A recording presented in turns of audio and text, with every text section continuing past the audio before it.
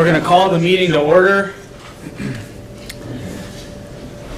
As we gather here this evening, I'd like us to pause to reflect on the significance of this date in our nation's history. September 11th marks a day of profound loss and unity.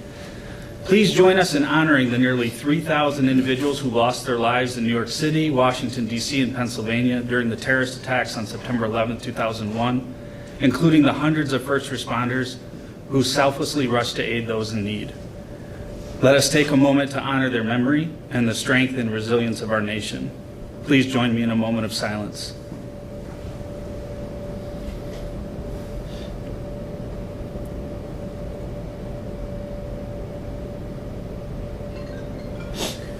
Thank you. Please stand for the Pledge of Allegiance.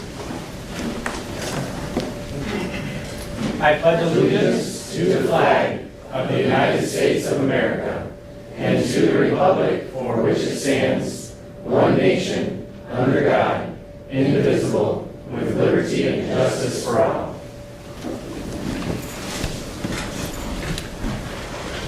Thank you. We have a draft agenda for tonight's regular meeting. Can I have a motion to approve the agenda? I move. I got Kelly moved and Christy support. All in favor, please raise your hand and say aye. Aye. Okay, thank you. First up is some recognition tonight. Dr. Matthews. Thank you, Mr. Folsom. Tonight, we're pleased to recognize Owen Scott. We would ask Owen to come up to the podium in the front of the room to be recognized. Owen is a senior at Rockford High School, active in choir and theater, a very capable student, I believe. Was that correct? Sometimes. And most importantly for tonight, a recent recipient of the Eagle Scout Award. The Eagle Scout Award was first awarded over 100 years ago, and it signifies a commitment to the scouting program, to exploring a wide variety of areas and earning merit badges in a wide variety of different life skills and interests, and important for tonight, a commitment to service.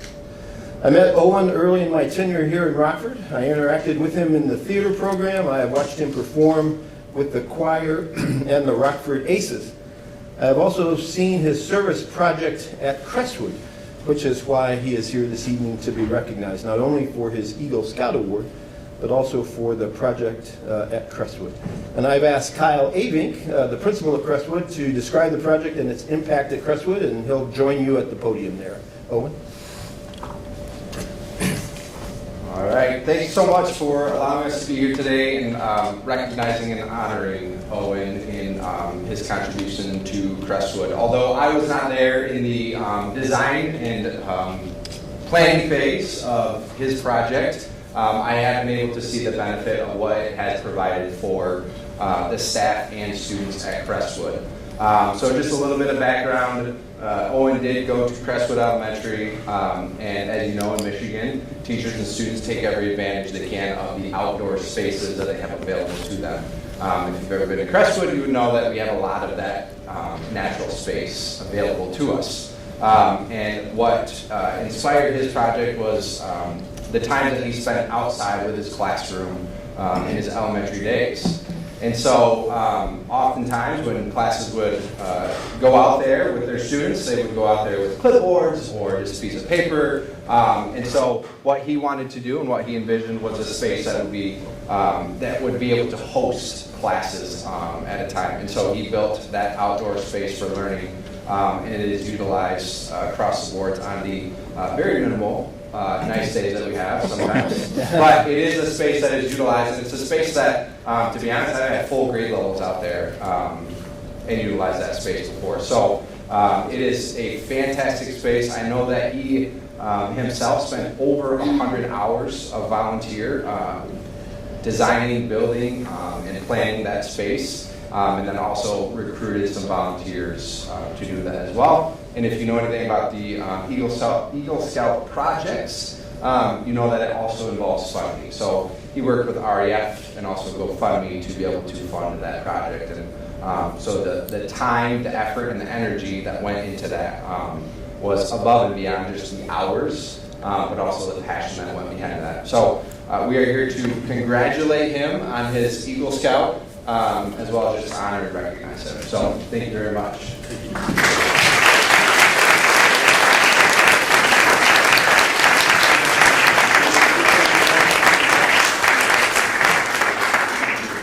don't know if you want to say anything, Owen? Yeah, thank you guys for having me out. It means a lot. And I made some patches for my Eagle Scout project. So I'd like to pass them around and you can say them if you like. Thank you guys so much. Yeah, thank you. Thank you, very Owen. much. Appreciate you being here.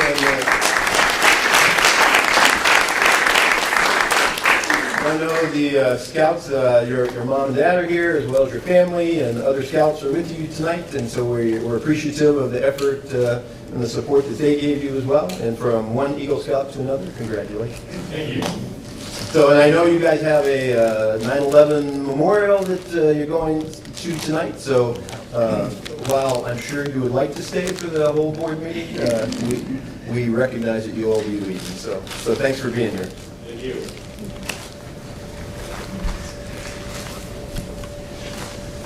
If you want your patches, they're almost to the end there.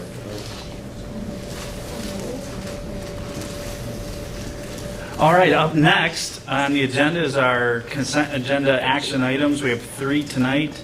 Approval of minutes from the August meeting, presentation of bills in the amount of $8.7 million, and fall coaches. Can I have a motion to approve the consent agenda? I'll move. Jake? Support. Nick supports. All in favor, raise your hand, say aye. Aye. Okay, thank you. One new business item tonight, new certified staff. Dr. Matthews? Thank you, and I'll turn to Ms. Corey Wilson-Crawford. Thank you very much. We had one certified staff position that was unfilled in our August board meeting. And so we're here in September with one candidate for a special ed position at the Rockford Freshman Center, where you'll see in your packet the resume is reflective of years and years of experience. And so it's a really great candidate we bring forward today to work with our special education program. Great. Thank you, Corey. And can I have a motion to approve the one new certified staff? I move. Kelly moves. Okay. Christie, support. Any questions or discussion? Nope. Okay, all in favor, raise your hand, say aye. Aye. All right, thank you. Next is reports, starting with our student representative, Camille Dowkey.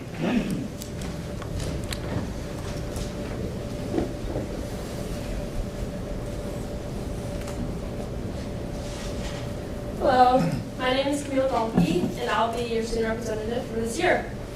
A little bit about me before we get started in the school year is I obviously love my family and friends. I play tennis as an extracurricular. I love Christ and our community, and I'm really excited for this opportunity.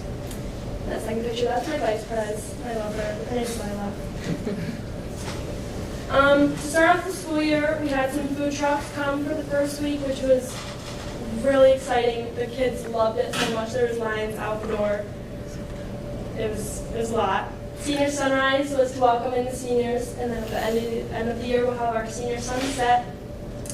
Club fair is this week, so throughout lunches all the kids can see all the clubs for the whole year.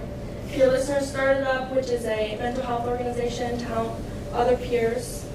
Beyond the Rock is awesome, and they record all of the things going on. And then our theater productions coming up is Little Woman. Athletics, as the fall season starts, there's obviously football. First home game this week, we're super excited for, USA out.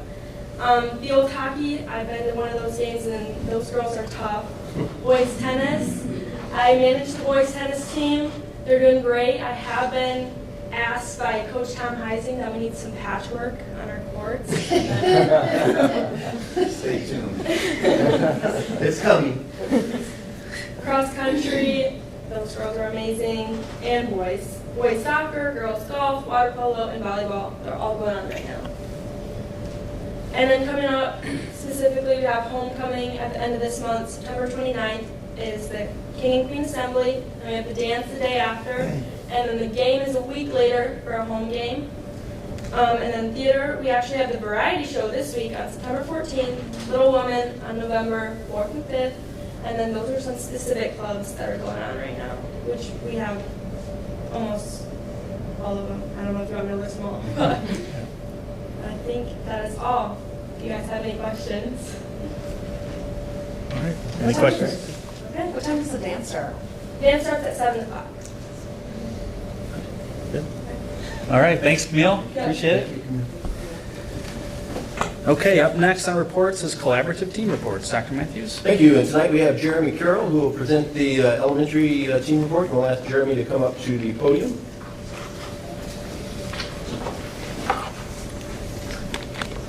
Thank you, Dr. Matthews in Central Office and Board of Ed. It is a great start to the school year. It has been a great start to the school year. It's hard to believe at the end of this week we're going to be embarking on almost a month done now already with school. So it's just great to have kids back in the building. In August, it was great to have our open house. It just feels good. So we are excited about a couple of things at the elementary levels that we have going right now. Specifically at Meadow Ridge and Belmont, they have new furniture in all of their classrooms, and that has been just a very exciting thing for both of those buildings. Teachers at those buildings have just raved about the influence that it enables with their teaching and specifically with their collaboration. At Crestwood Elementary, they have 6 new classrooms in a wing, and a new cafeteria space and a new gym. So they have a lot of new things that they're currently working with right now. And all in all these updates are just really exciting for our kids and our school community. Another thing that has happened is STEAM has started in all of our classrooms. We have 2 new STEAM teachers, so a total of 3 STEAM teachers this year, which just enables our kids to have that much more experiences at the elementary level. So they are working on team working skills and exposure to problem solving, and currently I have it at my building this week, and it's been great. So it's just cool to hear the talk and conversations that kids are having in those classes. The first few weeks of school are always focused on that team and community building within each classroom. And then once that's been sort of established, the next step is really trying to dive in and see where kids are at academically. So we just finished up NWA testing at the elementary level this last week. And so once sort of the testing and some of the dipsticks are done, that's when the work really begins in terms of trying to figure out what kids need. So right now, this week, we have our Tier 3 meetings that are happening at each building. That's where our teachers get together and they really specifically work on what kids need academically within reading and interventions. Principals are going to be diving in this week Friday with Mike in terms of just our building data and district data and making plans from that. And then this week we have our first early release day, which we are super excited about, and get to plan with our teams and our teachers within our buildings. So last thing, again at this time of the year we have our PTOs that are starting back up and those partnerships that are starting back up with our school community in all of our buildings. And I know we are excited about all the opportunities that our families provide for us so that we can provide great things for our kids. And I know specifically at Valley U we have a goal. If we reach that goal this year, it sounds like they are going to possibly be cocooning me in silly strings. So that is coming up probably later this fall. So a lot of great things happening at the elementary level, and it's been a great start to the year. So any questions for me at all? Can you, Yeah. I think that STEAM is an update on STEM, Yes. right? So science, Technology, engineering, math, yes. and the arts. So that's Yes. the A. Yep. Okay, very cool. Yep. Thank you. Good, thank you. Other questions? Cool. All right. Thanks, Jeremy. Thanks. Thank you, Jeremy. Our secondary report tonight is from Tom Hosford. Thank you, Dr. Matthews. Mr. Carroll, is there any way we can all help meet, so your school meets your goals? So we can get, that sounds fun. We would definitely all like to help with that. I'd like to echo what Mr. Carroll said. It's been, by all accounts, a fantastic start to the school year. All our students and staff are in their routines now at the secondary level, and we're just really impressed with our student bodies at the 6-12 level with how they transitioned from the summer and the work they're already starting to do now this school year. I'll start with first a middle school update.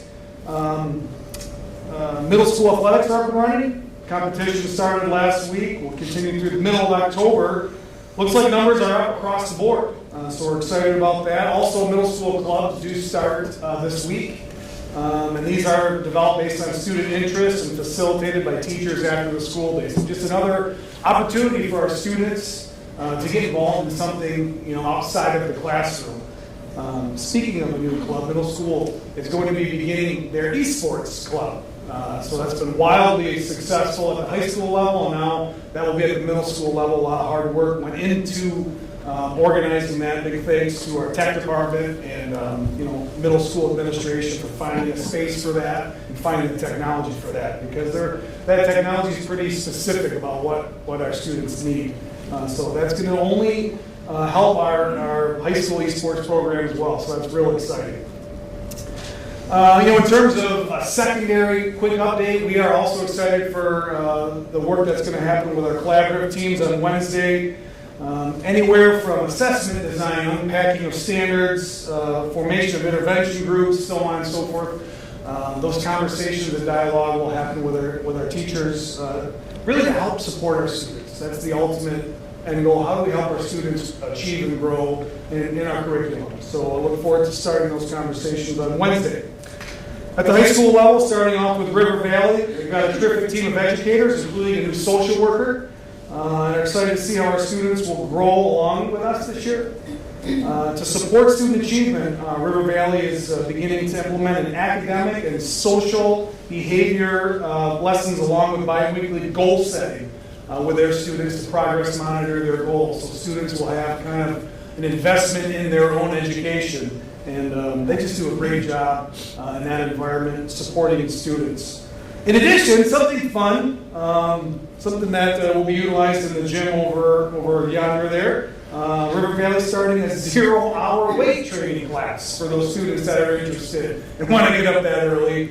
And from what I heard last, it's a full class already. So we got a great teacher in there. We got some great updated equipment in the weight room over there, and it's a great option for our River Valley students. Great elective opportunity for them.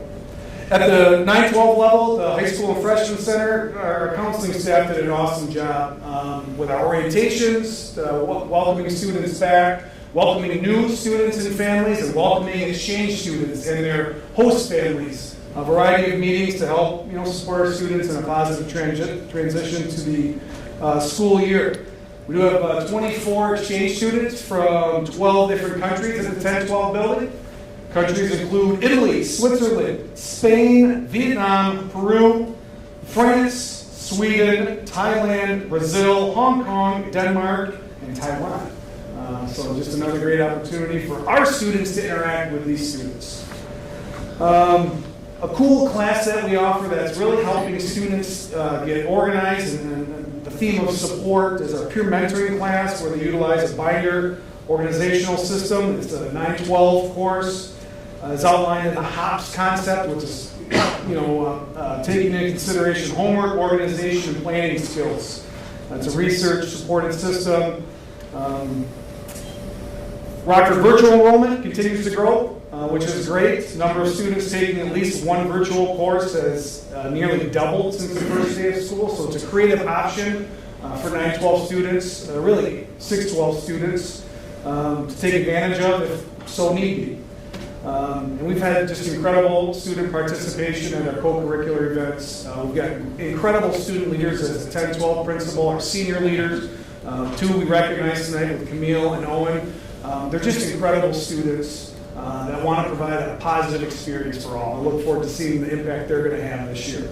Finally, a neat thing for the Rockford High School, by earning a national ranking in the top 40%, Rockford High School achieved status as a U.S. News and World Report Best High School for the school year 2023-2024. So a neat recognition for all the hard work that's obviously done before these students get into high school, but recognizing the work of our staff and students and the programs we offer at the high school level. Any questions? I have two questions. Go ahead. Go ahead. Is it one esports at the middle school club, and where are they meeting?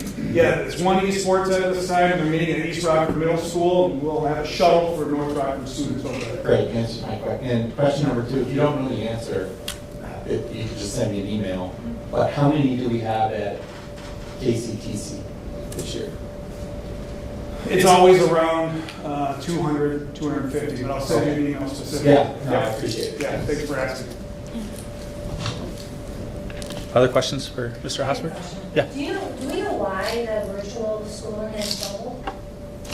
I think it's some creative options for a lot of students that have a very rigid or restricted schedule where courses are only offered a certain amount of times and they want to get into these 3 classes and those 3 classes are only offered at the same time type of thing. Is it for sure, or are you just thinking it's what it is? Yeah, that's the theme that I've been hearing. Okay. But I can get back to you with some more specifics if you want. Okay. And when you say doubled, how many does that mean? For in the virtual school? I didn't have a number for that. Yeah, Ms. if you Anderson could give us that provided number, that'd be it. Yep, I'll get you a full number. Okay, thanks, Yes. Tom. Yep, cool. Anything else? Good, okay. Thank you. Thank you. Up next is MASB Back to School Legal Conference. That's me. That's you, go for it. Yeah, so we posted Jody posted the information that I said I would post for you guys, but I brought some of the highlights with me today. Again, this is my favorite class, not because I'm a lawyer, but it's super interesting. And as a matter of fact, many of these cases have been ongoing since I joined the board, which shows you how long it takes for some of these things to progress. But the themes this year were Title IX, a lot of things on Title IX, and obviously sex discrimination and LGBT issues there. There were also some updates on parents' rights and education, widely differing court cases depending on what coast you're on or what southern state you're in. Super interesting. Obviously, there were some updates on the Open Meetings Act, employment law changes. I think we'll get a lot more on the Public Employee Relations Act as time goes on. As a matter of fact, today they resent the bills. They're not actually in effect yet, but I'm sure we'll hear from Corey and Dr. Matthews more on that once things settle and its implications to us. But there was a panel discussion as well, but just let me highlight the couple Supreme Court Circuit Court decisions and cases. I had a question from somebody this week and I said, tune into the YouTube and I'll mention the cases, and this is for you, Adam. The first is Dodds versus U.S. Department of Education. If you're unaware, Title IX dealing with sex discrimination and gender issues is really what we find most in education. Title VII is employment issues. You might get one of those applications occasionally, but for us, really Title IX. And if you're unaware, the U.S. Department of Education and the Office of Civil Rights are generally the ones that either A, the U.S. Department of Education will support a student who might have a different viewpoint from what a state or a local area might decide for them. OCR is the enforcement arm, and the Office of Civil Rights, these days, they don't, as administrators can attest to, when they're called and come, even if they don't find issue with the reason they came, they'll find an issue somewhere under the covers. So generally, the OCR is a heavy-handed group. I don't think I'm giving any personal opinion there. It's fairly obvious that they're the enforcement wing. Many federal courts use other circuit court decisions. We're in the Sixth Circuit Court. The Dodds case, D-O-D-D-S, has made its way through, and a decision was made that impacts us directly. So our state Supreme Court, our jurisdiction covers Ohio. It's an Ohio case. Tennessee, Kentucky, us, Indiana, and I believe Illinois as well. I'm not 100% sure there. But Dodds was in the Sixth Circuit Court. It's been referenced multiple times, and it basically takes the authority away from local school boards and other educational groups to be able to make this decision on what restroom or locker room a person can use. So there's another case in the Fourth Circuit, that's Bostock, B-O-S-T-O-C-K. That one has been used, again, it's a different region, another group of states. It conflicts with the ruling that occurred in the 11th. And why do I say all of this? It's undetermined where this will be, but you better believe the Supreme Court will be hearing one of these cases fairly soon, because now you have 3 circuit courts, federal circuit courts, that are on opposite sides here, and generally when that happens, those things get fast-tracked to the U.S. Supreme Court.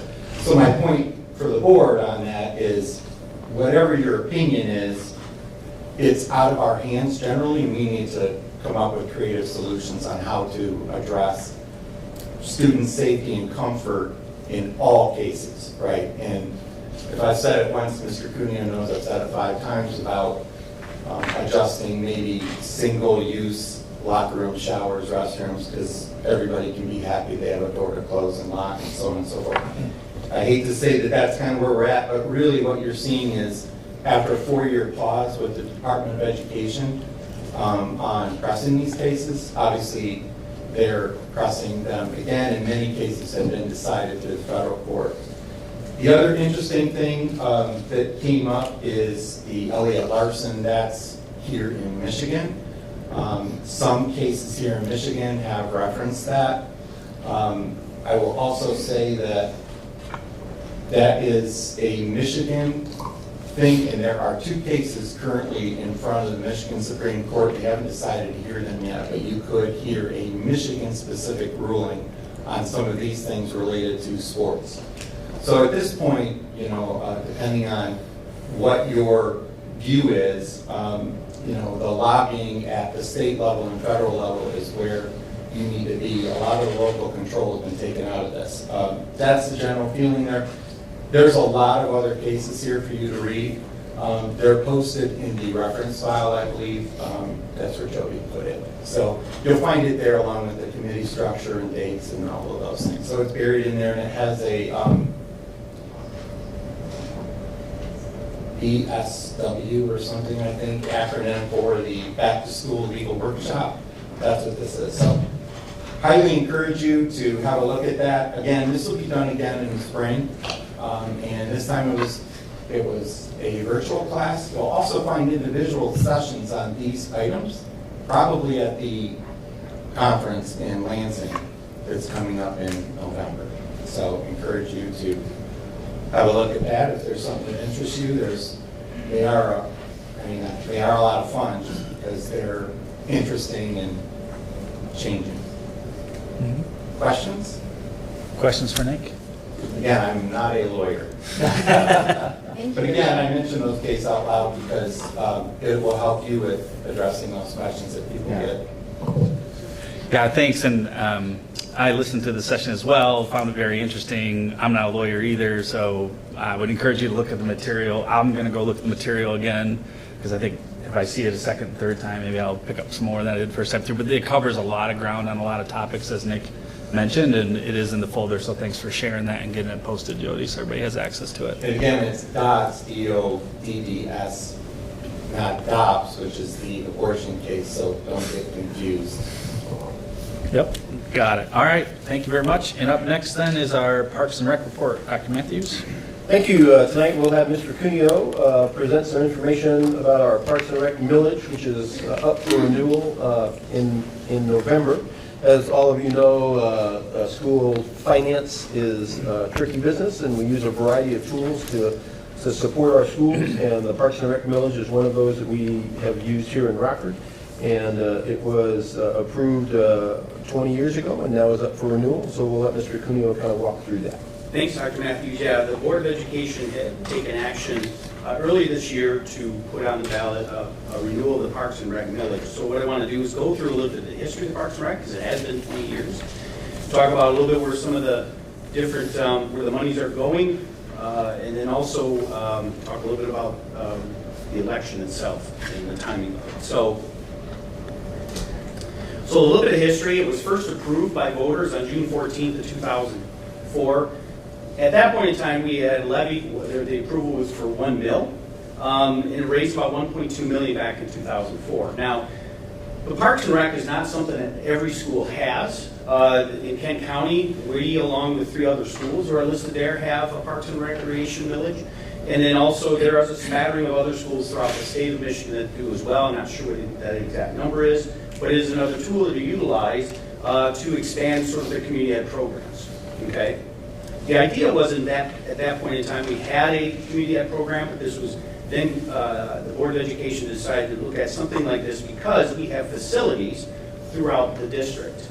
Buildings, playgrounds, gymnasiums, those types of things, we wanted to expand, improve upon the community, our current community rec program that is overseen by Lisa Jacobs.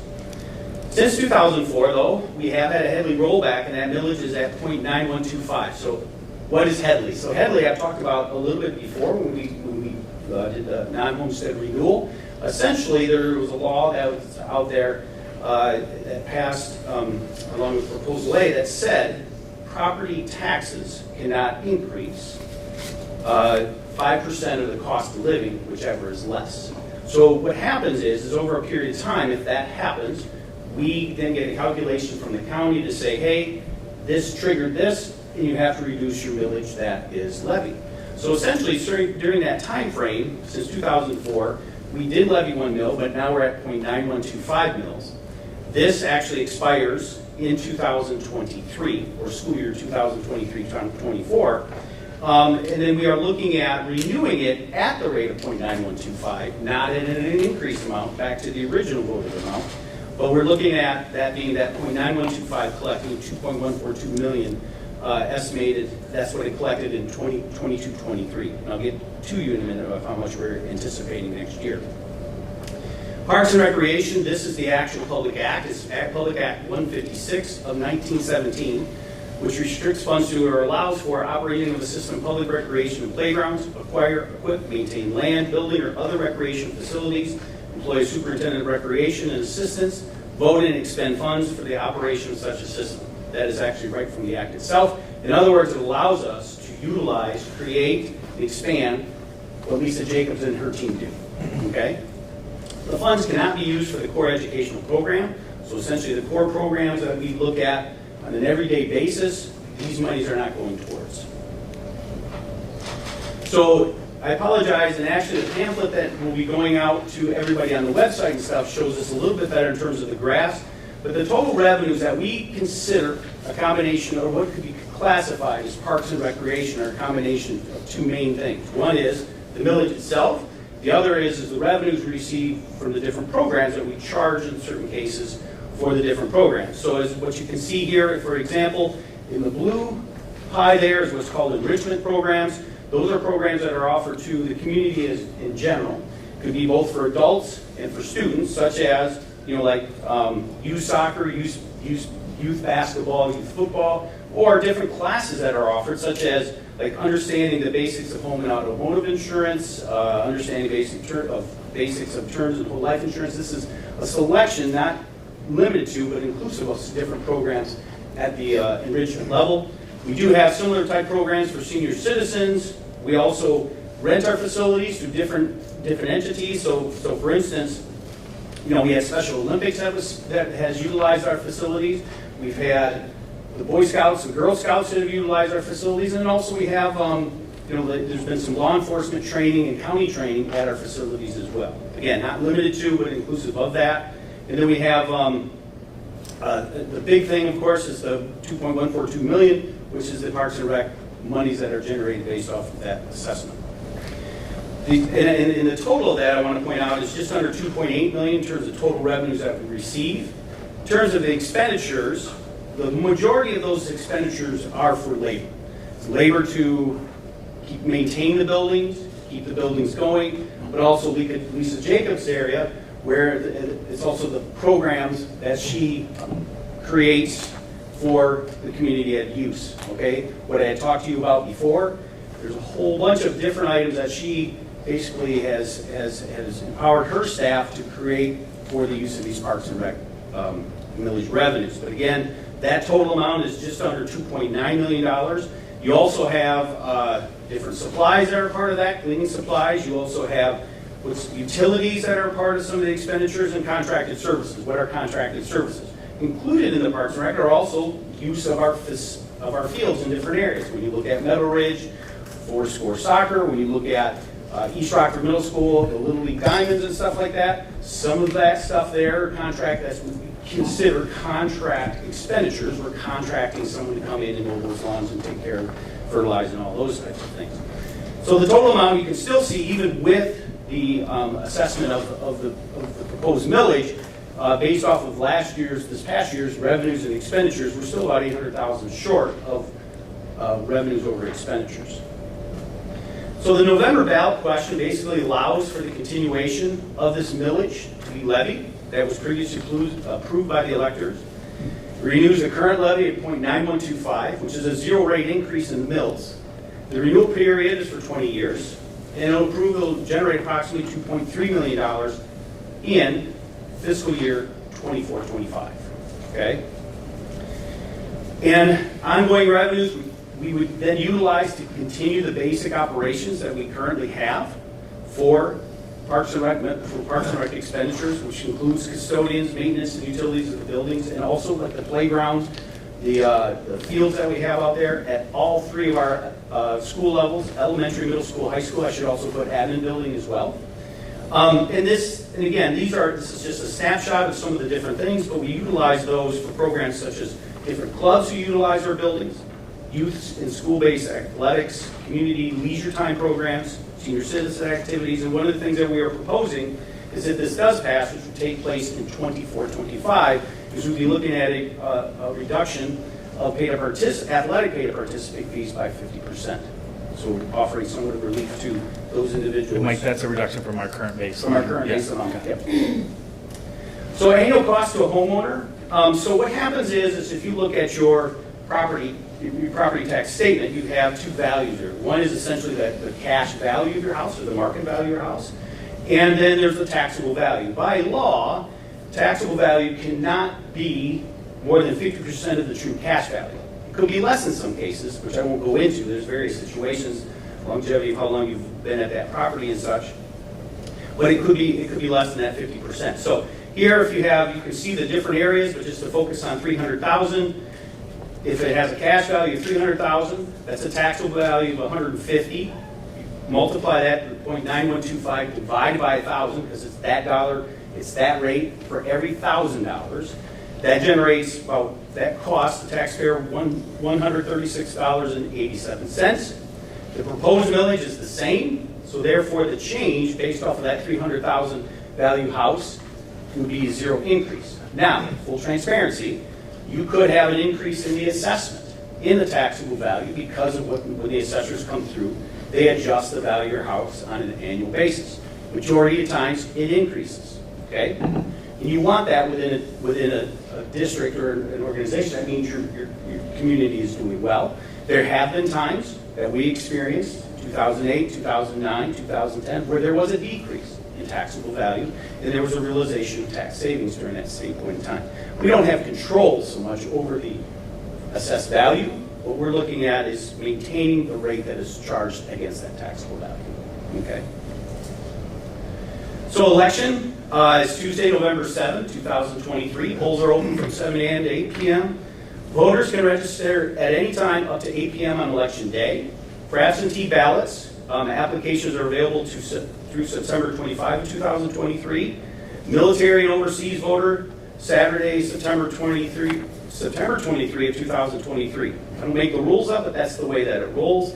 But after that, those above dates for the absentee ballots, you can get an absentee ballot, but you have to show up to the where you are registered to vote in person, and they will make you fill out an application. You can get that form. Okay. Before there are any questions, I passed out to everybody at the table here the pamphlet that we're going to be sending out to everybody and/or posting on our website. One thing I want to point out that is in more detail here, it actually has the ballot language, which is similar to what I had highlighted. It also has the different precincts and where we can vote, or where someone can vote. Ultimately, if you have any questions on registration or anything like that, you can call the numbers that are there and to get information that is needed. And one final thing, Dr. Matthews and I are starting on our whirlwind tour, talking to different organizations both in the district and outside of the district. What I mean by that is we'll be talking to tomorrow. We have a meeting with the Chamber of Commerce to talk about Parks and Rec Village. We'll also meet with like the Lions Club, Rotary Club, also all the PTO, PTCs, Interschool Advisory Council, and so on and so forth. So probably about 16 presentations between now, 16 plus between now and November 7th, but we plan to get the information out and get this out on our website as well. So with that, any questions? What is the base fee for the sports right now? So right now, it's at the middle school, I think it's 80. At the high school, I thought it was 100 with a max of 280 a family. I can get that clarification for you. I just paid for tennis. 80 sounds about right. I better remember. I think that's about right. It'll be 50 after next year. Assuming it's hopefully this fast. This is more of a comment, but I think that the people of Rockford will appreciate the $0 change. But that's a thank you for that. But also a reminder that this is an investment in safety, right? When we invest in labor and we invest in maintaining equipment, we're investing in the safety of our community. And keeping our kids safe should be our #1 priority. Yeah. And that's that all. And the other thing that this does, it helps maintain resources still going to the classroom. That if this didn't pass, then we would ultimately have to rearrange accordingly, which would cause some interesting or difficult decisions for the board of ed for us to present to you. Tricia?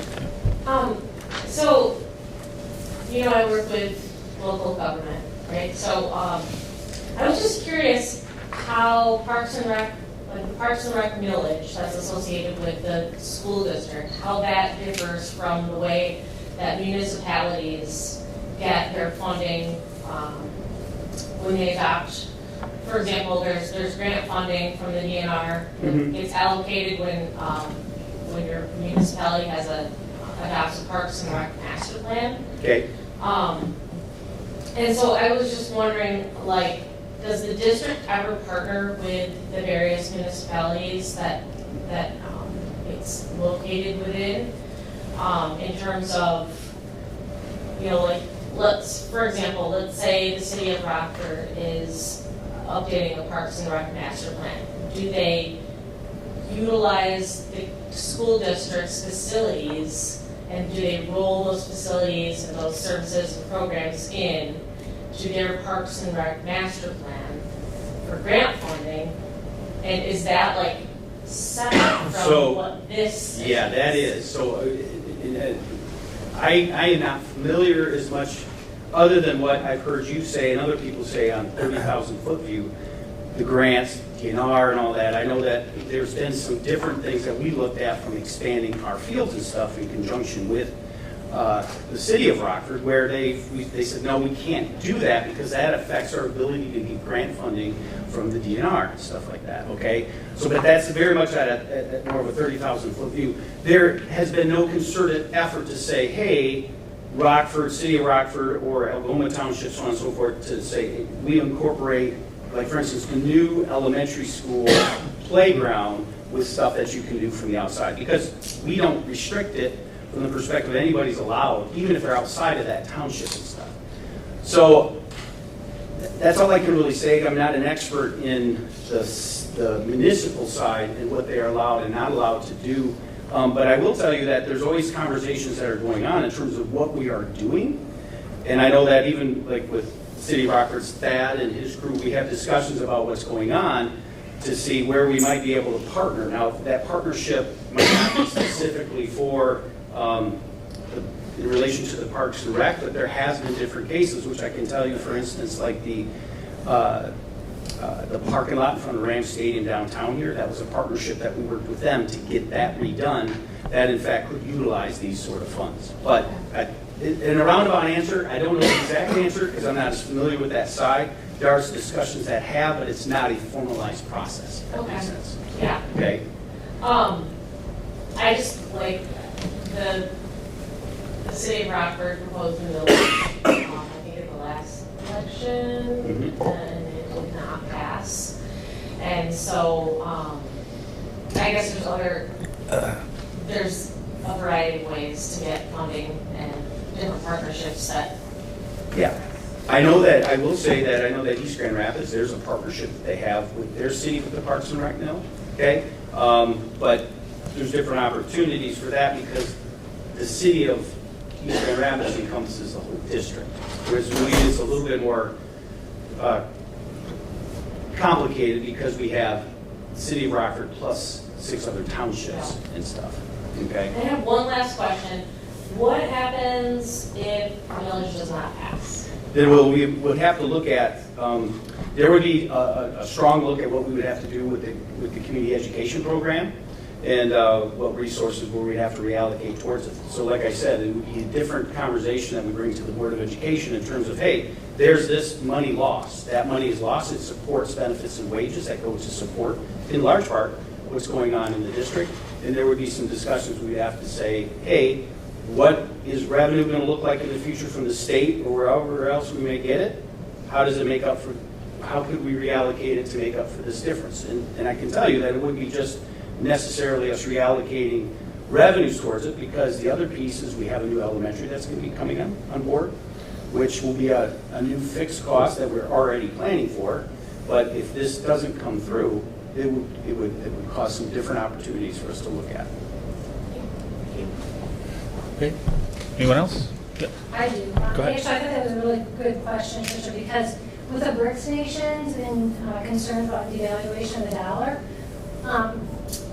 Kelly mentioned that it was a, kudos to the zero increase. But if you buy a condo for $300,000 2 years ago, and today, and this happens, Yeah. it has recently, it's worth $400,000. Now your taxable income is not $150,000, it's $200,000. So that actually is an increase. I think people are starting to realize that. Yeah, So that's a concern. I think that we may have a problem. Well, and that's one of the things I pointed out. I said the rate is going to stay the same, but your taxable value can change. Yeah. Can change the amount of taxes. I just wanted you to have. point out that it's happening. So. Yeah, it is. It is. Anyone else? Thank you, Mr. Cuneo. Okay. Construction updates, up next. Thank you, and this is Mr. Cuneo, and he'll introduce some of the guests we have tonight to speak about our construction updates. So yes, we have representatives. You've seen them before. Jared Goss, Jeremy Amshay from OAK. Jared Goss, I think, is leading the charge on this, and his boss making sure he says the right things. But obviously, there's a lot of things that have been going on in the district, and so I asked these guys to highlight what has happened over the summer. Some of the things, what's happened over the summer, what we've completed, what we're still in process of, and I'll turn it over to them because they have more to say. Oh, perfect. Thanks, Mr. Cuneo. And my name is Jeremy Amshin, Chief Operating Officer at OAK. Jared Gauss is our Senior Superintendent who also oversees all the construction projects. So, again, a lot has happened over the summer. We've actually averaged about 175 construction workers on site per day throughout the district over the past few months, most of whom are from the local West Michigan area. And about $4 million worth of work has happened in construction these past couple of months. So again, a lot has happened. We heard some stuff about Crestwood Elementary earlier. We finished up the Crestwood Elementary addition renovations, the Brewer parking lot, which is up by the softball and baseball fields, high school aquatics improvements, which is the athletic office, plus the classroom space below it, Valley Elementary roof, high school scoreboard, and really nice the sound system that's in the gym now. That's much improvement there. The Belmont and Meadow Ridge Elementary parking lots. Things that we're currently working on is the baseball and softball field turf, which looks more like a pool today after all the rain, but turf is supposed to start October 1st. Edgewood Trails Elementary, North Rockford Middle School additions renovations, which everybody can see from 10 Mile going through there. Transportation facility, Rockwood Elementary addition starts here coming up. Freshman Center, and then we quickly added the high school tennis courts on there after your comments earlier. So those are the ones that are in design. Yeah, we quickly did that. But to go through some pictures, and Jared's going to touch base on a couple of the projects. Yeah, appreciate it, Jeremy. The Edgerton Trails Elementary, it's hard to say. It's great, it's got a new name, but I'm also used to calling it the new elementary school project. Anyway, we've been crazy busy this summer working on this project. This picture kind of just shows how fast we're kind of going out there. It's just a few weeks apart. It's in, kind of open air concept there on the left, and then boom, we got it covered up in a few short weeks. So going really quick there, 100,000 bricks and over 1 million pounds of mortar in this thing. Exterior shell of the building will be complete here real soon. We got a handful of windows and doors to install still to get the exterior wrapped up. Working on getting the site work complete, getting seeding done, landscaping done. The plan is to get that all done in the fall, so we got nice green grass popping in the spring. It looks really good from the outside. So that being said, we got a long ways to go in the interior of the building throughout the winter. We just recently completed the widening of Edgerton Road, which allows the turn lane into the school there, which With we'll have 3,000 tons of asphalt going in on the project, so quite a lot of bit of asphalt, 6 million pounds of asphalt in that thing. So that includes the parking lot work, the drives, and then the road work as well. So interior space here. That's entrance in the DK wing. I don't know if you see that picture on the left. That bulkhead up there. That becomes like a nice glass room there.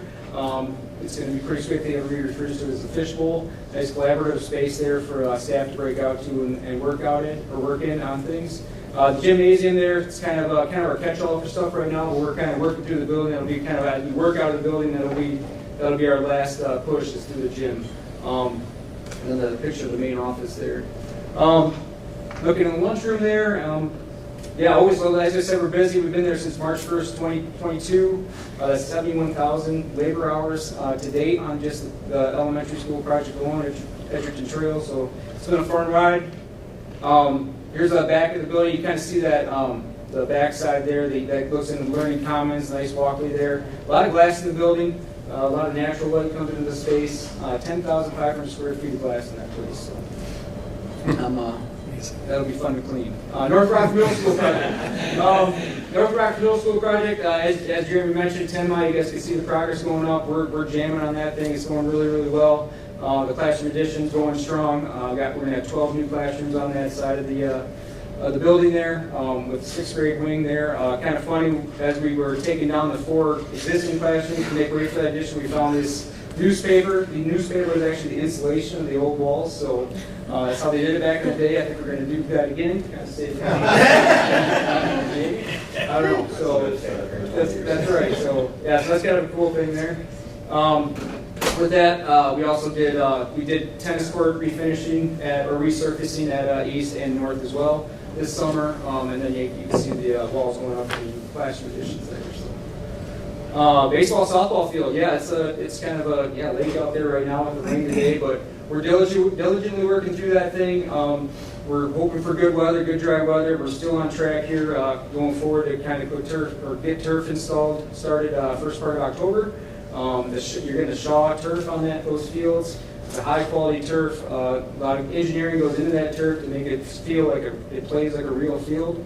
So very, very nice turf out there. So yeah, we're gonna have a baseball season next year. We're gonna get it done. So like I said, that install starts in October. Another interesting thing is coconut husks create the infill of that field as opposed to like rubber pellets and the traditional AstroTurf products.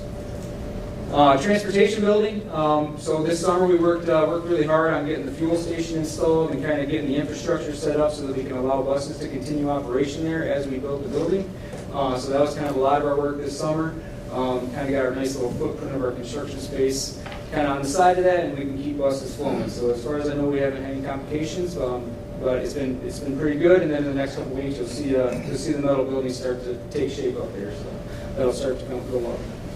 Crestwood Elementary, we just completed this project. 6 additional classrooms in the one wing, and then brand new gym. 12,000 blocks, 16,000 blocks. Wow, 28,000 blocks. A lot of materials go into these things. It's crazy. A lot of man hours, a lot of materials. It's a fun ride. So, there's a picture of the nearly finished places or spaces. 664 yards of concrete weighing 2 million pounds. It's crazy. So, but anyway, we just finished this up. Hopefully everybody's settling in nicely over there. It was a fun project to work on. And it's been great. So we got a lot more work coming up this fall and winter, and it's been good. First one comment, Dr. Matthews, before we open up for questions or anything, a lot of times I just want to remind the board that these monies, when we talk about the Parks and Rec and what happens if that doesn't go through, someone would probably say, hey, just replace all this construction that you're doing. But you got to understand those are 2 different areas. We cannot use, these are bond monies that were supported with the 2019 vote election, which is a 10-year bill of $175 million. You cannot put one into the other source.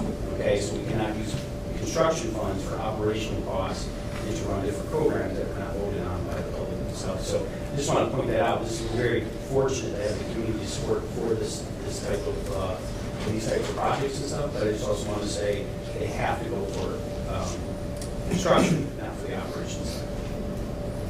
Good. Yeah. Other questions? No? Okay. Thanks for all your work. Thank you very much. Okay, number 6 is the Grow Your Own update. Dr. Matthews? I'll turn to Corey Wilson Crawford, and I don't know if Lisa's Yeah, there. Lisa is coming up to the podium with me.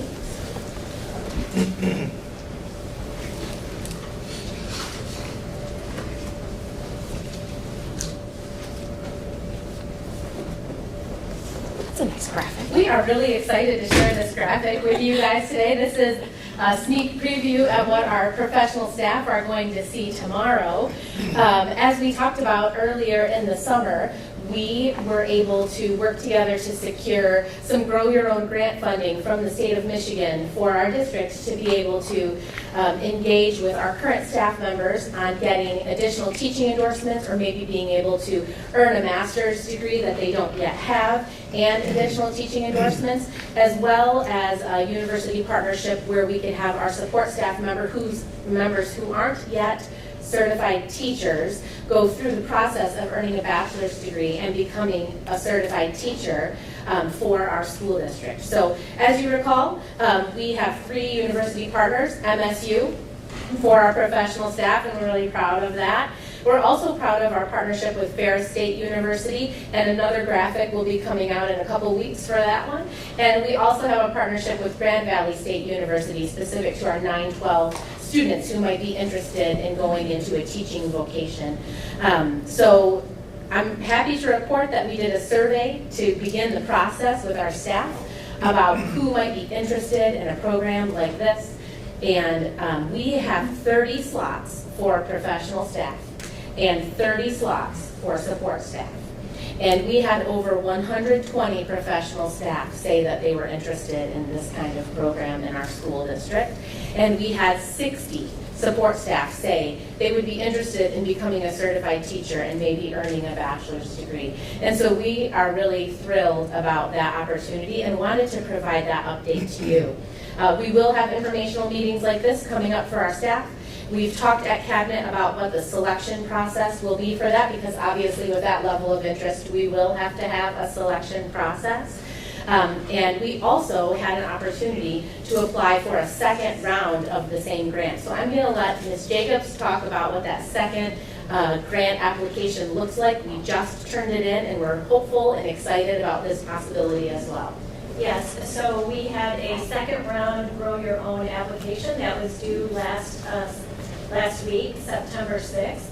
And we were happy to be able to present an application to the Department of Education in regards to the amount of interest that we collected through the interest survey from our staff, and be able to report that back to the state as far as that interest goes. And we hope to be able to fill as many additional slots as possible. And our specific request was around, from the certified staff, being able to fill those open or more difficult positions, for example, under special education or some of the other certifications where we have just a handful of applicants for specialized areas that require a teaching certificate. That may be, like I said, few applicants. And so again, we are hoping to be able to secure some additional funding to support that 120 plus individuals from a certified staff, and as well as the 60 staff that showed interest in our support staff grouping. And so with that being said, we look forward to meeting with Ferris State University coming up next week, I believe, and then launching that program hopefully the 1st of October, or as soon as we work through that piece with Ferris State University. But last week, our application was an additional ask for master's level work, and to be able to support that, as well as our support staff, and being able to support those 60 staff that have interest as well. So we initially received a grant allocation for $3.8 million, and so our current partnerships, we've got about $3.8 million worth. Our grant application that we just submitted was for an additional 75 professional staff members, and 30 additional support staff members to be able to participate. And so if that grant is received, and like I said at the beginning, we are crossing all of our fingers, it would be about $5 million in additional grant allocations to support our staff in receiving those degrees from those institutions. I've talked with you in the past about some of the difficult positions that we have to fill in our district. School psychologists are an example, social workers are an example, some of our other mental health workers and things like that, where there is demand across the state. They can be a little bit more difficult to fill. And so we're excited because when we came back to these partners and said, hey, we'd like to submit a second round grant application, but we'd like to expand this into some areas that we're seeing some struggles with in getting a really great, robust pool. And all of our partners said, absolutely, we would love to do that. And so we're very hopeful that we can really have an impact with our current staff and with our support staff who may not have had opportunities to go and get a degree and now could go back to school and do that. So I wanted to provide that update and see if you have any questions for us. The second round would cover the remainder of the demand in Rockford. Is that the intent? The current demand, The current right? demand, But yeah. That's a moving target, yeah, probably, but yeah. got it. I want to thank both of you. This is so innovative in our space and such a great way to think about Rockford, not just this year, but the next 10 years. And I want to congratulate you on building such an amazing program with such amazing demand. So thank you. So I would just echo what Kelly just said. It's pretty awesome. But I was wondering, so you said that because there is a lot of interest, have you thought about what kind of criteria you'd come up with for, like, if you did have to build a selection process? Well, the universities have a specific set of criteria for the programs, and so some of that is going to be directed with our university partnerships. But we will have to do some deciding for our first round here because we have people that need to start in January. So our plan is to bring people into an informational meeting, really gauge their interest level and their readiness to be able to participate with whatever's going on in their life and hopefully select a really great cohort to start, knowing that we hope that more cohorts will follow. So if someone doesn't get selected in this first cohort, for whatever reason, we're hopeful that there will be more opportunities. We know we have at least 2 cohorts with our current grant allocation, and if we are allocated a second round grant, then we would be able to have more cohorts to follow. Great. Thanks so much. Thank you. Joe? Yeah. Nick. I have more of a comment, not a question, but, prior to COVID, there's been a debate outside of education about, is there a teacher shortage or is there not? And as one who participate and have been reading the reports of the Mackinac Center for many, many years, I do take umbrage with some of their reporting. I mean, it is a fact there are several 100,000 people in Michigan that have teaching certificates that are not teaching. There are a lot of reasons for that. I personally believe it's, these days it's high-paid missionary work. But here in Rockford, number one, we're very fortunate in that people from other districts that are teaching see an opening and are knocking on Corey's door to apply. That's number one. We're still very fortunate. Number two, there still is a teacher shortage, not just in these specialty areas, but even in Rockford. I mean, one of the more depressing parts of sitting up here as a board member is we welcome excited, young teachers that we're hiring right out of school. And you can almost every year know when they're getting close to 5 years, we lose quite a few of them. And it is kind of disheartening. But there's a lot of reasons for that, and I'm not going to go into all of it. But A, we're very fortunate. B, being someone who's been around on the HR committee several times over the course of my career, this is something we talk about. How can, even Corey and I had discussions, how can we keep people here and motivated? And certainly one thing that's great about this program is we already have people part of the Rockford family. They're already invested here. They probably live here or close by, and they want to be part of the school. So what better than to take people we already know and bring them in to areas where we really need them, and the community needs them, frankly.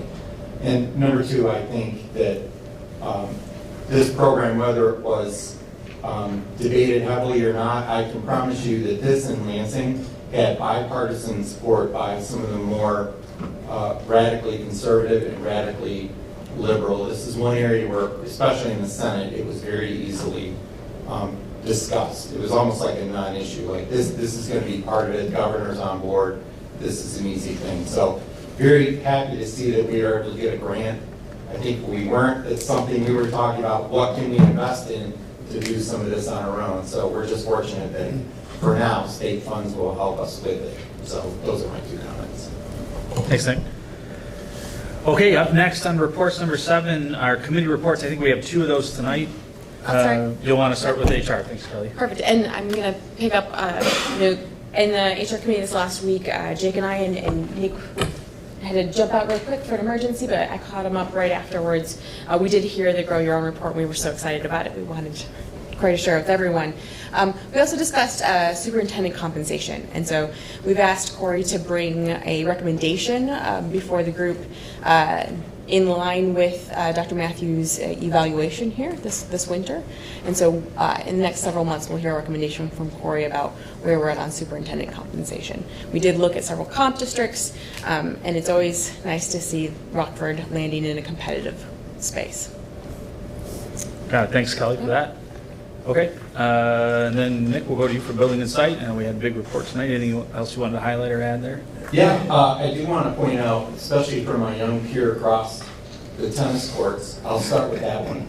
I sent out detailed notes, and I know Mike's office also sent out, so I'll do this more for the public. But the tennis courts, there's been a decision made. It's been on the bond calendar to do this for quite some time. The big change and the reason they're not paying attention to it now is, correct me if I'm wrong, this summer your new tennis courts will be built and they'll be moved to behind the high school. So part of that will include a couple rows of parking, which is anyone who has a band student or participates in athletics, more parking behind the school is absolutely necessary. But most importantly, they're moving from 8 to 12 courts. 8 is sort of the minimum to even begin to even host a tournament, but for us, just having conference events finished before the sun goes down, or you miss school to start early enough, it's important. It'll be a big deal to move to 12. The designs were shown. That's not our area. They all look super efficient to me, and Tom Hosser's working with the band, the athletic department, along with the administration and the construction manager to make sure that interruptions are minimized. But that's the tennis courts. So just bear with some of the faded court, a few little puddles, because you're going to get a bright, shiny new court plus 4 more here fairly soon. The water and sewer update for Edgerton Trails, the new elementary school. It's too complicated for me to even talk about here. Just stay tuned, but there are a lot of moving parts with many different governmental agencies pushing for a extension of the North Kent water sewage all the way up to that general area. The great news from a board perspective and strategically is Mr. Cuneo and our team has confirmed that, because this question was asked in a committee meeting, do we need to do anything different? Like, we've already made the connections and covered it up with lots of dirt and parking lot. The great news is we can connect to anything that's been designed to, and it's sort of future-proof. So no matter which way this goes, stay tuned. We've been promised a board update once we know where the various governmental agencies will land on this. It also includes the developer. For those who live there, President Olson, you'll know that I think it'll also improve the whole Saddle Ridge debacle that you're kind of living through now with sewage and whatnot. What debacle? Yeah. Again, you saw something about a scoreboard when we redid the high school scoreboard and stadium. There's been noise complaints. This has been going on for about 18 months. More noise mitigation study, which looks to be improved. We will have engineers on site. Did you say Friday? I couldn't get it Friday. So one of the home games that we have coming up, they'll come back and do another study at a largely attended game. So that continues. We continue to not just push it off and they keep looking at it. And I think the security camera video server I think we've already talked about how many cameras that we have in this district, and one of the reasons why it helps with security. You know, I've been around, we've got a lot of cameras now, and about 70 to 80 people on a weekly basis are sort of reviewing camera footage. And it's not like looking for things that are wrong. It's helpful in that, oh, we've got a door open, it's been open for a while, why is it open? Oh, people are going in and out, or it's been propped open. A lot of those are great things that these cameras help provide from a proactive perspective. Obviously, they also help in an investigative way as well. I think that is it. You can read my notes and Mr. Cunio's better notes in your email. Thanks, Nick. All right, that's it for reports. We're going to move now to the next item, recognition of visitors and hearing of people present. I'd like to take a moment to outline the guidelines for public comment. First and foremost, we value and welcome your input and feedback. We believe a collaborative relationship between our schools and the Rockford community is essential to achieving our shared goals. Public comment at the board meeting is intended to give the Rockford community an opportunity to address the board on issues in the Rockford Public Schools. At our meetings, the board and individual board members will not directly respond to comments or questions that arise during the public participation portion of the meeting. If a follow-up is needed, the superintendent will contact the speaker for additional insight or to provide clarification. To ensure everyone has an opportunity to be heard, we ask you limit your comments to 3 minutes. This helps us accommodate as many speakers as possible and ensure everyone has an equal opportunity to express their views. Also, to ensure due process and respect for individual rights, the district maintains a formal process for handling complaints against individuals. If you have a problem involving an individual or a specific incident, we encourage you to consider addressing it through administrative channels by contacting the superintendent's office. Please be respectful in your comments and refrain from using inappropriate language or engaging in personal attacks. We want to create an environment where everyone feels comfortable expressing their opinions without fear of retribution or harassment. Furthermore, we ask that speakers express themselves in a civil manner with due respect for the dignity and privacy of others who may be affected by your comments. While it is not our intent to stifle public comment, speakers should be aware that if your statements violate the rights of others under the law of defamation or invasion of privacy, you'll be held legally responsible. If you're unsure of the legal ramifications of what you're about to say, we urge you to consult first with your legal advisor. We encourage you to provide constructive feedback and suggestions for improvement. This can help us identify areas where we can improve our schools to better serve our students and families. We thank you for taking the time to share your thoughts with us. We appreciate your engagement. We look forward to working together to ensure our schools continue to be a source of pride for our community. Lastly, please remember that public comment at our board meetings is one way to provide feedback and suggestions. It is certainly not the only way. Those who prefer other means to communicate can do so via email or by calling the superintendent's office. Board members will notice there's a couple new passages in that, now way too long of a statement, but that's from the MASB Fall Legal Update. They provided some suggested verbiage, and I thought it was good to incorporate those additional comments. So with that, we'll go on to our list. We have 6 speakers signed up to speak tonight, starting with Brenda Wodarski. And I would ask the speakers if you could please come up to the podium to address the board.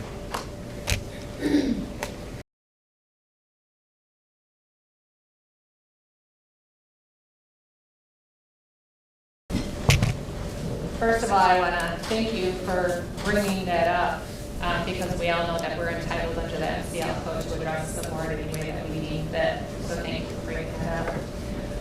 I also want to talk about, you did mention the superintendent raise and review.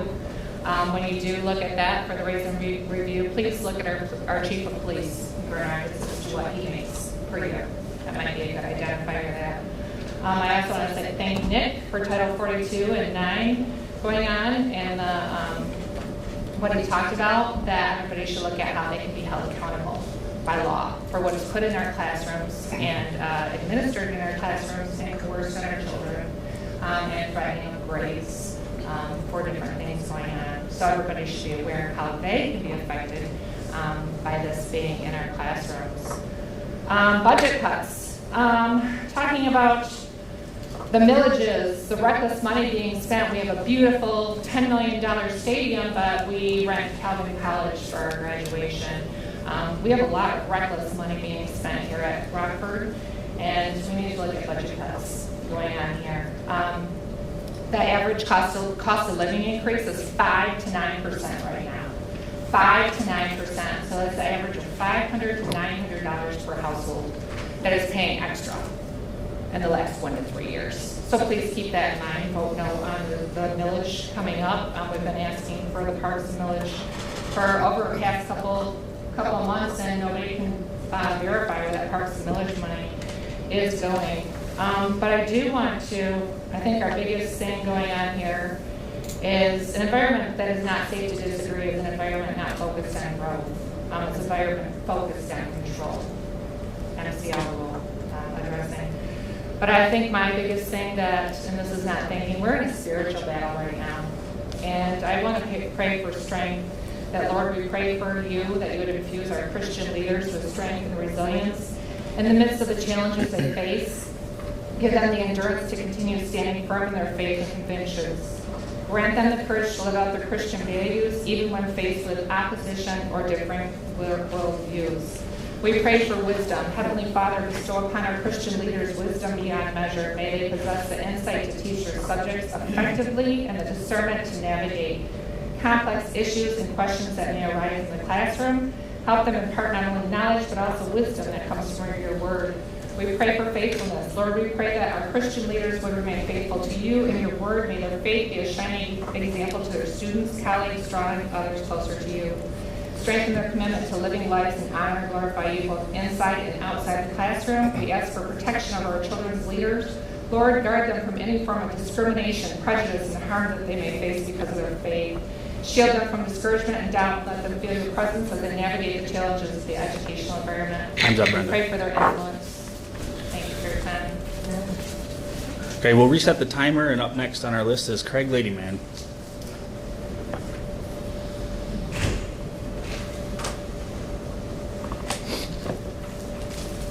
All right, so how's everybody's communist overthrow going? I know it's kind of my first communist overthrow, too. What can I say? June 3rd, 2020, downtown Grand Rapids, it all started right here. We had an angry mob of people that were protesting against George Floyd and were extremely upset. They had a sanctioned protest in front of the Grand Rapids Police Department. There, under threat and duress, they had our sheriff, along with their deputies, kneel down and surrender this county. You can see that they participated quite well. They actually were sharing their megaphone there, addressing the angry crowd. There was even a protest organizer there, Alicia Bates, who was seen talking to the police chief and setting up a meeting for a couple days later after the protest. So what happened a couple days later after the protest? What we have here is a June 5, 2020 document that is signed by every single superintendent in King County. All public schools, including Grand Rapids Diocese and the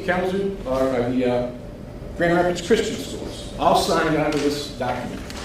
Why did they sign it? Well, they said because of George Floyd, we are going to actually take our positions of privilege and we're going to implement an unwavering commitment to diversity, equity, inclusion, and belonging. Words that are nice, but are undefined. Anything goes, whatever they can make up, they all decided to sign on to that. So if you're kind of scratching your head wondering, how's all this stuff getting into every single school? Not only the public schools, but the private schools as well. You almost have this unholy alliance, you could say. You got the atheist communists, Catholic communists, and the Protestant communists all getting together and saying, oh, because of George Floyd, we're all going to go ahead and existentially change our school system, our society. Nobody voted on it. There was no proposals that were put forth in front of the people. What you've participated in is an overthrow of clearly established law. I would seriously hope that you prayerfully consider cease and desist your activities, because these things will be held in account eventually. We already have our evidence. We already have it in writing, on tape. What are you doing? What are you doing? If we could focus on education instead of our political views, we can actually start to have kids learn about math and science and reading without all the political garbage. It's a distraction. We need to be focused. at this point in time. We're coming into some serious situations locally, state and internationally. We need to be focused people. We need to be serious people, not be ruled by a mob that comes to town. Okay, up next is Charles Curtis.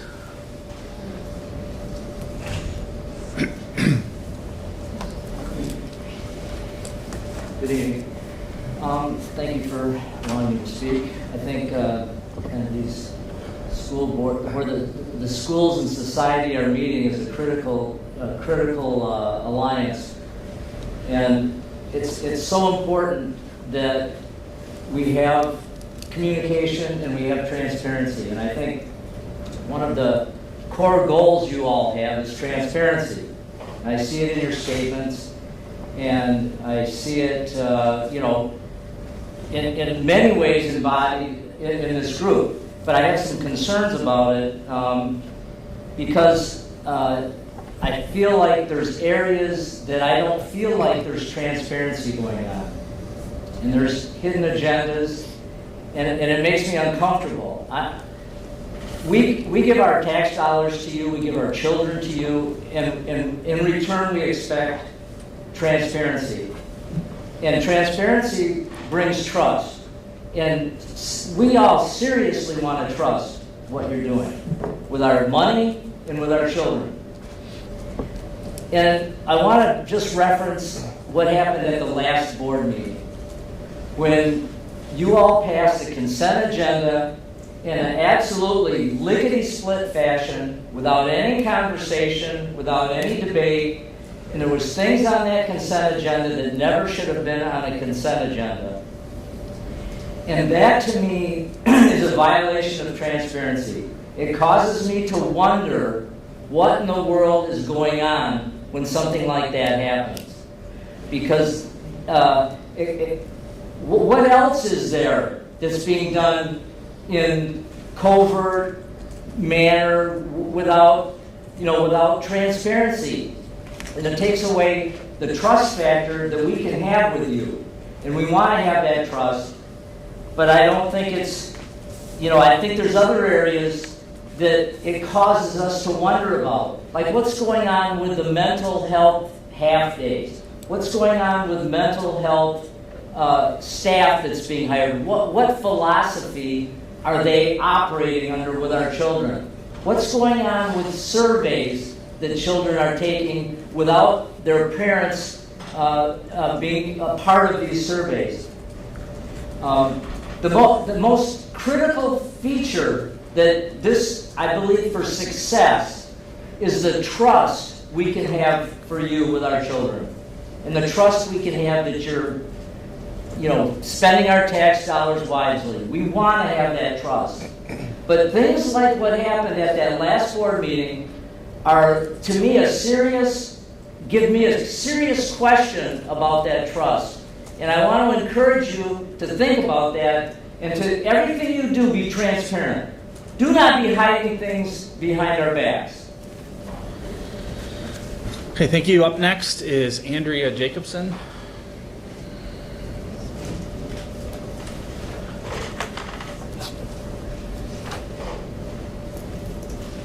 Good evening. I have a comment for myself and then also my kind of brief comment from another parent, if I may. Good evening, board members, Dr. Matthews, and central office staff. A few times a year, there's a large consignment sale of Grand Rapids with everything you could possibly need for kids. Yesterday night, I was volunteering there and got assigned to work in the book area, where there will be over 20,000 books for sale this week.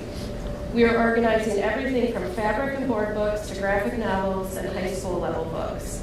It's truly amazing to see the wide variety that is available with something for everybody. I recognize some of the book titles, but there are a lot that I did not. Some of them I would select for my child to read, and some I would not. And that's okay. Not every book there needs to be appropriate for every reader. Readers have different likes, dislikes, interests, reading levels, and maturity. But every year, I end up buying a big stack of books there to bring home and add to our home library.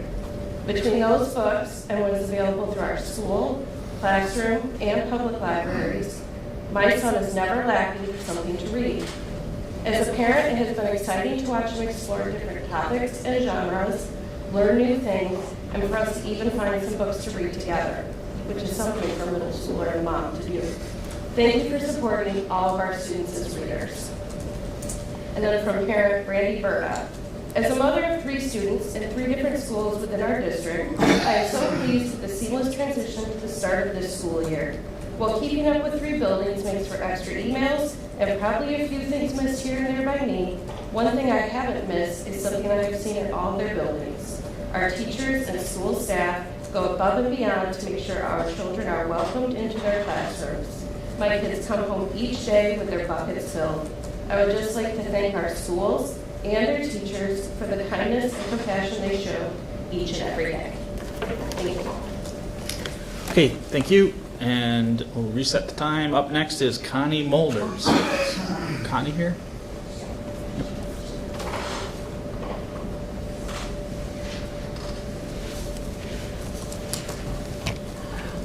I wasn't going to say anything, and it has to do with just tax money again. And I know it's Michigan taxes that come out to give the free lunches and free breakfasts to the kids. And my understanding is that it's allocated for every student in the district. So why isn't every student being handed a breakfast as they walk in the door to do with what they want? Is it a use it or lose it type of thing where if you don't use up the money, it's allocated for nothing? So I know it's a rhetorical question, you can't answer me back, but I've seen it just, of course, on social media, and just wondering, so why isn't every child handed their box of cornflakes or whatever they would get for breakfast to take back to their classroom and maybe use as a snack or at home? But if it's my tax money being used so every child can have this, then why aren't they? So that's it. Thank you. And we'll reset the timer. Up next is Dwayne Gritter. Is Dwayne here?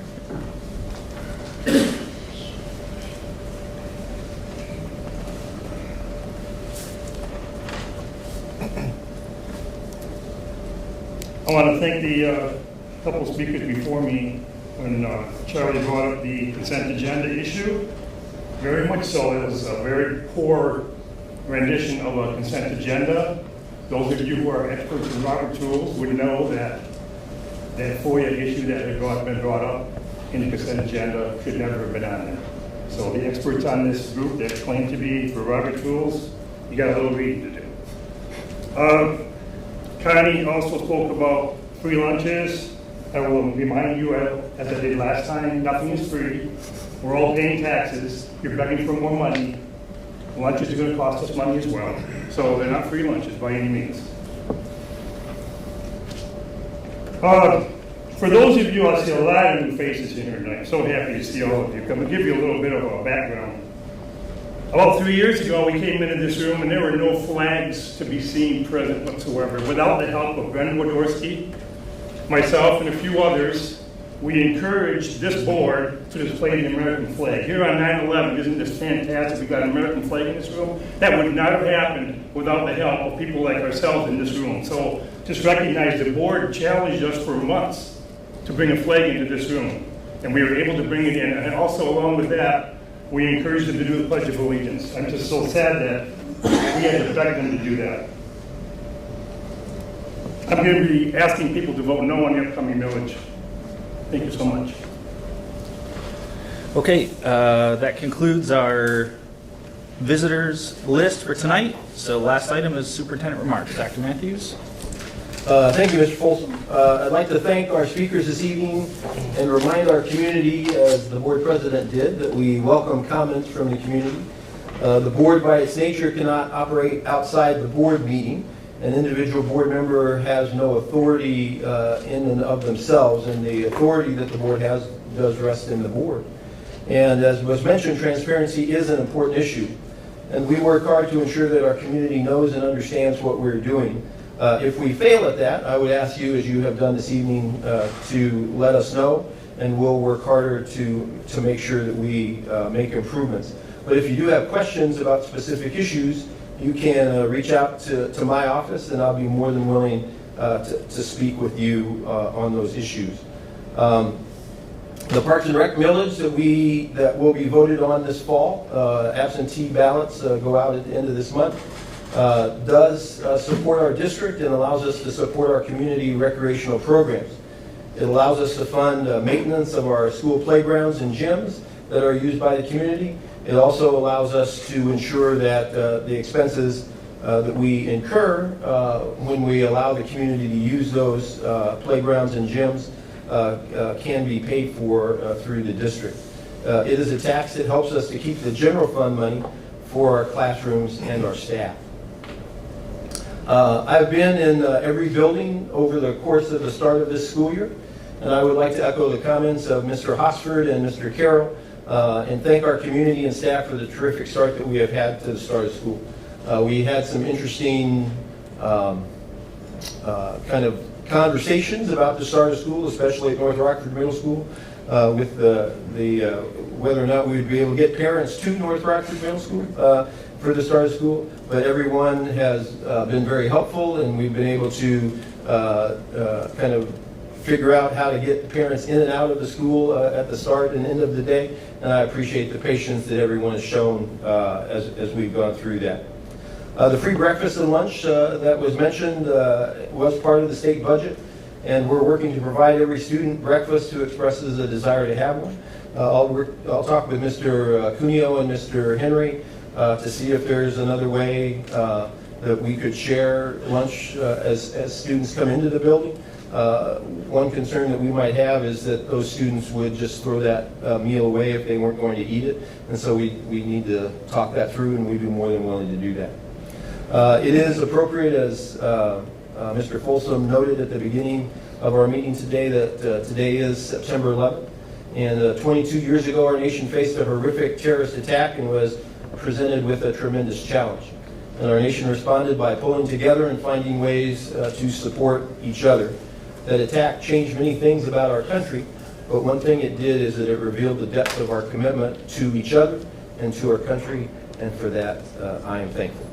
And that is my report this evening. Okay. Thank you, Dr. Matthews, and with that, we're adjourned. Thanks, everybody.